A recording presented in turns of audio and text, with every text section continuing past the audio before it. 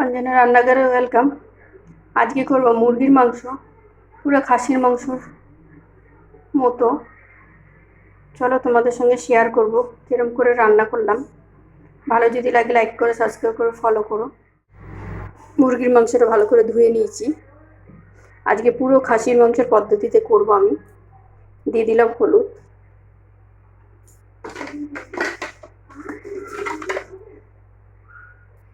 দেবো স্বাদ অনুসার লবণ,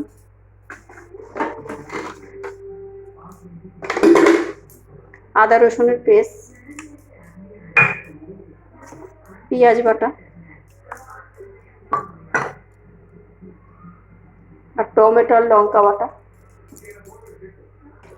জিরার গুঁড়ো, দিয়ে দেবো সর্ষের তেল,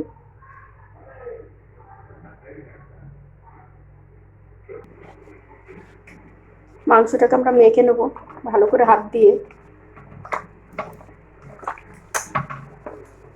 এরম করে একবার রান্না করে পুরো খাসির মাংসের মতন খেতে লাগে।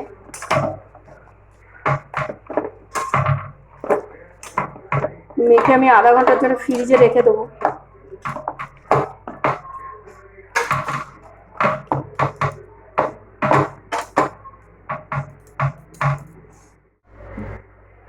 দিয়ে দেবো কড়াতে তেল,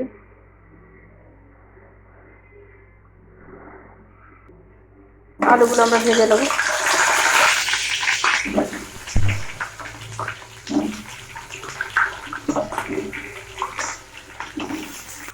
দিয়ে দেবো একটু নুন,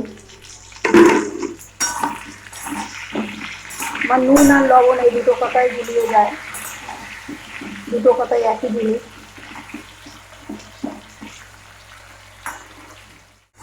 আলুগুলো ভাজা হয়ে গেছে, আমি নামিয়ে নেবো।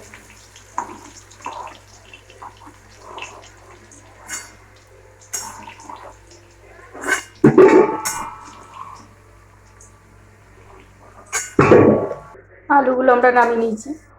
তার মধ্যে দিয়ে দেবো সাদা জিরে আর তেজপাতা। জিরেটা আমাদের ভাজা হয়ে গেছে, দিয়ে দেবো পেঁয়াজ।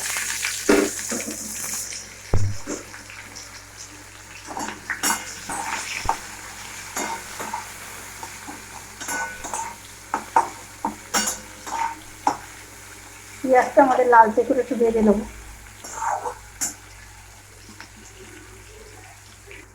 পেঁয়াজটা আমাদের লালচে একটু ভাজা হয়ে গেছে।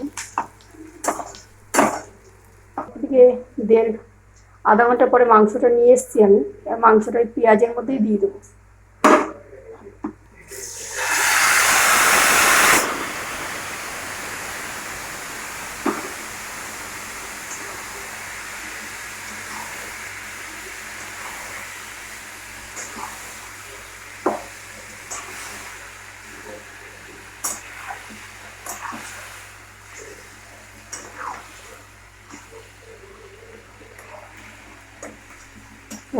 হালকা আঁচে আমরা ভালো করে কষিয়ে নেবো, যেমন খাসির মাংসতে কষানো হয় সেমন করে আমরা কষিয়ে নেবো।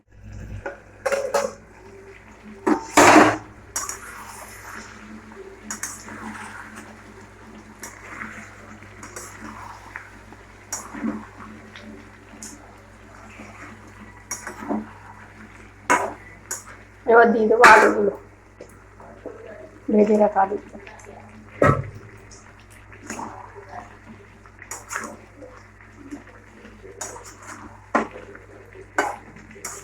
এটাকে দিয়ে আমি 10 মিনিট কষিয়ে নেবো।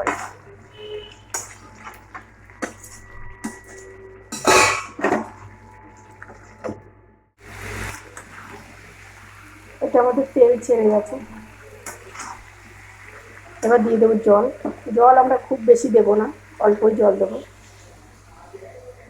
মাংসটা আমাদের প্রায় সিদ্ধই হয়ে গেছে।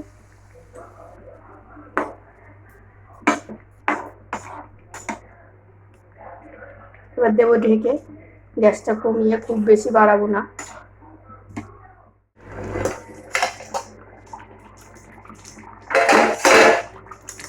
আমাদের মাংসটা পুরো হয়ে গেছে, নামিয়ে নেবো।